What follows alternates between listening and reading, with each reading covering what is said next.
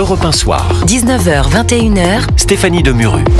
Et toujours avec nos chroniqueurs de l'aide première heure, Joseph Massé-Scaron, Victor Hérault. On parlait de cette réunion qui se tient en ce moment à l'Elysée, réunion un petit peu de fébrilité par rapport à l'attitude de Donald Trump qui entend négocier clairement directement avec Vladimir Poutine la paix en Ukraine. Joseph Massé-Scaron, on a entendu Olaf Scholz qui a envie de travailler encore avec les Américains. Il n'est pas un petit peu naïf, le chancelier allemand ? Il dit les Européens doivent agir ensemble pour la sécurité collective. Ça, c'est tellement une langue de bois que vous voyez volter les copeaux.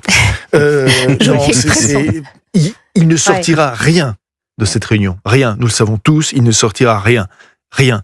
Et la seule chose, malheureusement, qui pourrait en sortir, c'est l'enterrement de ce qu'a été l'Union européenne, c'est-à-dire une certaine idée voulue par les pères fondateurs.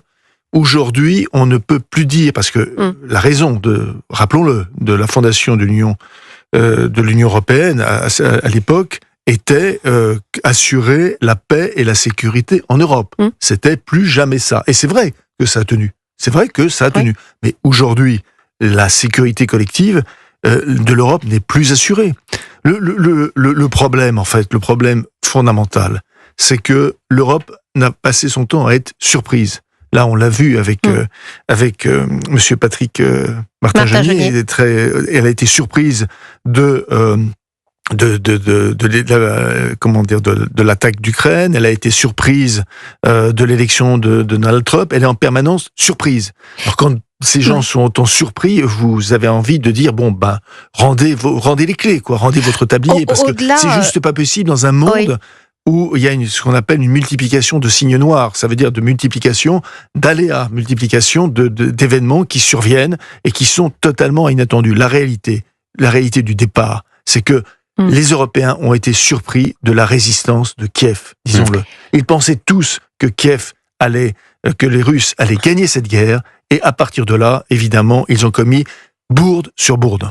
Joseph Massé-Scaron, vous dites c'est toute l'Union européenne telle qu'on l'a imaginée après la guerre. Est-ce que c'est pas globalement le système international après 1945 qui est remis en cause? Même l'OTAN, souvenez-vous, c'était avec l'allié américain qu'on a créé tout ça. C'était la raison d'être. Est-ce que tout ça, ce n'est pas un temps révolu, Victor Hérault? Si, tout à fait. On est entré, mais d'ailleurs on peine, on ne veut pas réaliser qu'on est entré dans une autre ère diplomatique.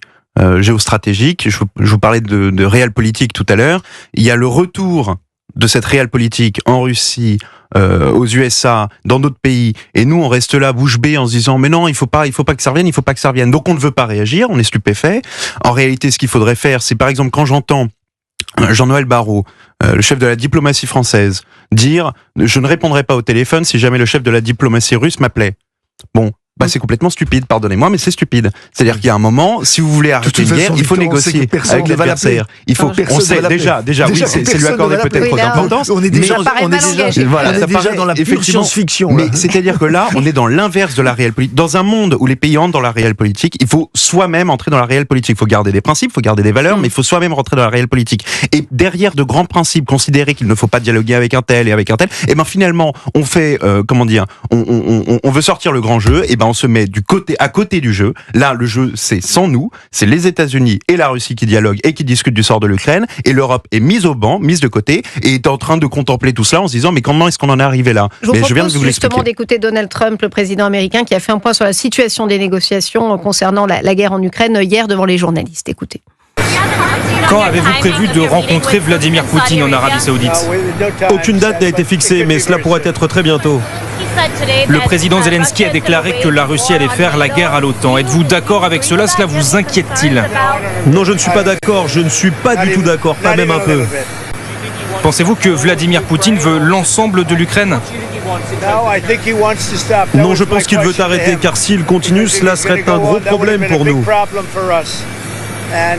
Car on ne peut pas laisser cela se produire. Je pense qu'il veut mettre fin à la guerre et ils veulent y mettre fin rapidement, tous les deux. Volodymyr Zelensky aussi. Bon, Joseph Massé-Scaron, c'est clair, c'est Trump l'arbitre. Vous avez vu, on ne sera pas d'accord avec ça. Alors là, il est d'accord manifestement avec les négociations qui se trament avec Vladimir Poutine, c'est-à-dire la neutralité de l'Ukraine. pas d'OTAN, et puis la Crimée et le Donbass, terminé. La Crimée et le Donbass, en effet, restant sous le giron russe. En fait, Donald Trump, il est pressé, parce qu'il est pressé d'en finir avec cet épisode, hein, pour se tourner vers la seule chose qui l'inquiète véritablement, c'est-à-dire la Chine. Puisque on a parlé de nouvelles, d'un nouveau paysage international. Ce qui est vrai, c'est que ce nouveau paysage, si on reprenait un film célèbre, c'est les empires contre-attaquent. Aujourd'hui, c'est les empires qui sont bon. Et donc là, il y a une sorte d'alliance objective entre Donald Trump et Vladimir Poutine, et pour détacher Vladimir Poutine de la Chine, et en échange, l'Ukraine est cette monnaie d'échange. Alors, je serais trop long parce qu'il y a plein de raisons pour lesquelles, évidemment, bien sûr, il faut contrer la Chine. Et ce qu'il voudrait également, ce que veut Donald Trump, c'est contrer la tentation des pays que vous savez, c'est-à-dire la Russie, la Chine, le Brésil, etc., l'Inde et le Brésil, de constituer une monnaie commune qui soit une alternative au dollar. Si cette alternative au dollar voyait le jour, évidemment, pour la dette américaine, il y aurait toute une série de conséquences en cascade. Pardonnez-moi, je vais très rapidement. Global. Mais c'est pour montrer que... Mais au secours, je veux dire, ces analyses géopolitiques, je ne suis pas seul à faire, beaucoup de gens la font. Et vous vous dites, mais est-ce qu'il y a à l'Élysée quelqu'un pour parler de ça? Parce que vous voyez les gens arriver comme conseillers diplomatiques d'Emmanuel Macron, puis repartir au bout d'un certain temps. Mais elle est où la cohérence? Et là, pardon, c'est pas une question de politique ou d'idéologique. Je suis désolé. Pardonnez-moi, mais lorsque, par exemple, François Mitterrand, je ne suis pas mitterrandiste, quand François Mitterrand était président de la République, vous aviez Madame Lauvergeon, vous avez René, la maison était tenue. Voilà, c'est tout simplement la maison France était tenue, ce qu'elle n'est plus aujourd'hui. Victor Hérault.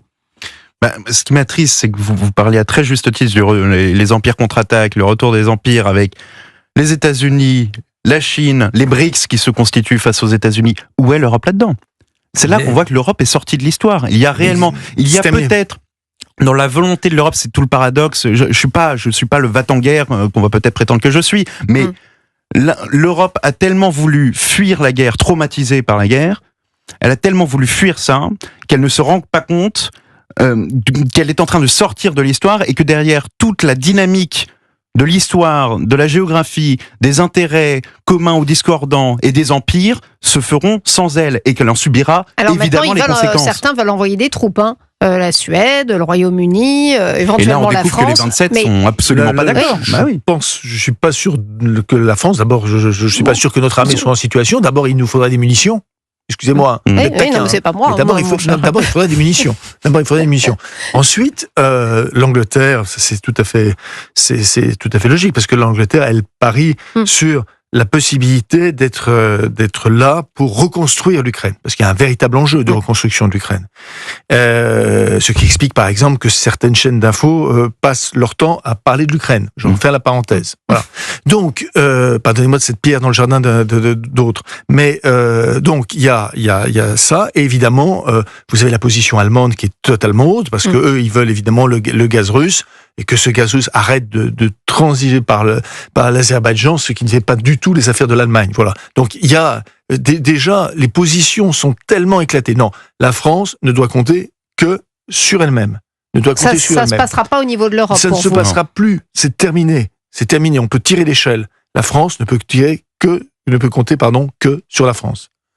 Victor Hérault, vous êtes d'accord avec ça? Tout à fait. Parce que si on voulait, il aurait fallu une Europe fédérale pour avoir une réponse européenne. Je suis personnellement un opposant à l'Europe fédérale, mais si l'on voulait une réponse européenne coordonnée, il fallait arriver à une Europe fédérale avant tout cela. Là, c'est trop tard. On ne va pas constituer une Europe fédérale maintenant et accélérer ce processus-là, qui est très mal engagé, pour avoir une réponse commune, alors que la guerre est sous nos yeux. Mais en refusant, si vous voulez, les nationalismes, et en même temps, en n'allant pas vers le fédéralisme, on est dans un entre-deux qui nous empêche de choisir. Bon, qu'est-ce qu'on fait maintenant? On en sort comment de cette situation? De cette situation, vous voulez dire de la sortie de l'histoire? Bah oui. Ça va mettre un certain temps. Ça va mettre un certain temps. Non, mais il va falloir commencer déjà avoir une défense européenne, parce que ça, on en parle depuis des années. C'est depuis le premier mandat d'Emmanuel Macron. Je pense qu'il n'y en aura pas. Exactement. Je pense que c'est trop tard. Et je pense même qu'il n'en faut pas. Il suffit de bonne défense nationale, Vous savez, les partisans de l'Union européenne ont trop fait oublier aux autres, pour les convaincre, que les pays européens s'entendaient bien avant l'Union européenne. Les coopérations entre pays, ça ne date pas de l'Union européenne, pardonnez-moi. Et avoir des armées nationales puissantes, et ensuite s'allier pour faire front commun contre un ennemi commun, parce que c'est dans notre intérêt à tous, ça a toujours existé, avant même l'Union européenne. L'armée européenne, je pense que, même du point de vue de la population, ce serait perçu comme un dépouillement des armées nationales, des moyens nationaux, au service d'une armée. Je ne vais pas vous cacher que Bruxelles n'est pas très appréciée de la population, parce que c'est cette entité supranationale qu'on ne connaît pas. Voilà. Donc, ces armées doivent être nationales et pas européennes.